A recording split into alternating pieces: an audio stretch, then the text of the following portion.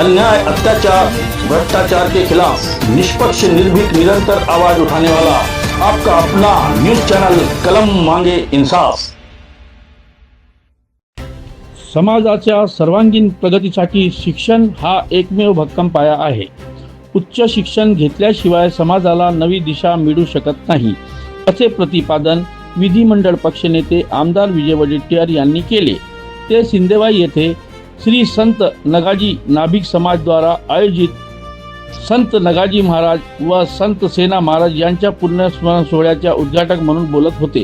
आयोजित सोहळ्यास अध्यक्ष म्हणून नाभिक समाजाचे ज्येष्ठ सल्लागार प्रभाकर फुलबांदे, मुरलीधर मेंढुलकर, डॉक्टर केशव शेंडे, तालुका काँग्रेस अध्यक्ष रमाकांत लोधे, शहर काँग्रेस अध्यक्ष सुनील उट्टलवार, माजी सभापती वीरेंद्र जयस्वाल, माजी नगराध्यक्ष स्वप्नील कांबळे, प्राध्यापक राजेश डहारे, माजी पंचायत समिती सदस्य राहुल पोरड्डीवार, राहुल बोळणे, सुधीर पंदिलवार, अभिजित मुप्पीडवार, महेश मंडलवार, युनुस शेख, सचिन नाडमवार यांच्यासह नाभिक समाज मंडळ पदाधिकारी मंचावर उपस्थित होते।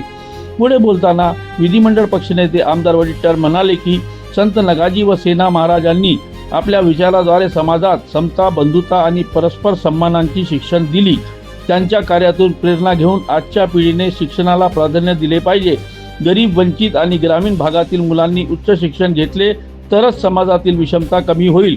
शासनाच्या विविध योजनांचा लाभ घेऊन विद्यार्थ्यांनी स्पर्धात्मक युगात स्वतःला सिद्ध करावे। संतांचा संदेश केवळ भक्तीपुरता मर्यादित नसून तो समाज परिवर्तनाचा मार्ग आहे। शिक्षण, संस्कार आणि सामाजिक एकजूट या त्रिसूत्रीच्या माध्यमातून समाज सक्षम होऊ शकतो। युवकांनी व्यसनापासून दूर राहून कौशल्यधारित शिक्षणाकडे वळावे, असेही त्यांनी स्पष्ट केले। नाभिक समाजाच्या समस्या शासनदरबारी समर्थपणे मांडून समाजाला न्याय देण्यासाठी सर्वतोपरी प्रयत्न करणार, अशी ग्वाही देखील त्यांनी यावेळी दिली।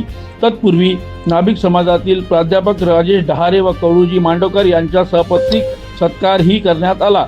कार्यक्रमाचे सूत्रसंचालन प्रेमदास मेंढुळकर, प्रास्ताविक दिलीप फुलबांदे तर आभार कवळूजी मांडवकर यांनी मानले। कार्यक्रमात नाभिक समाज बांधव व भगिनी यांची मोठ्या संख्येने उपस्थिती होती।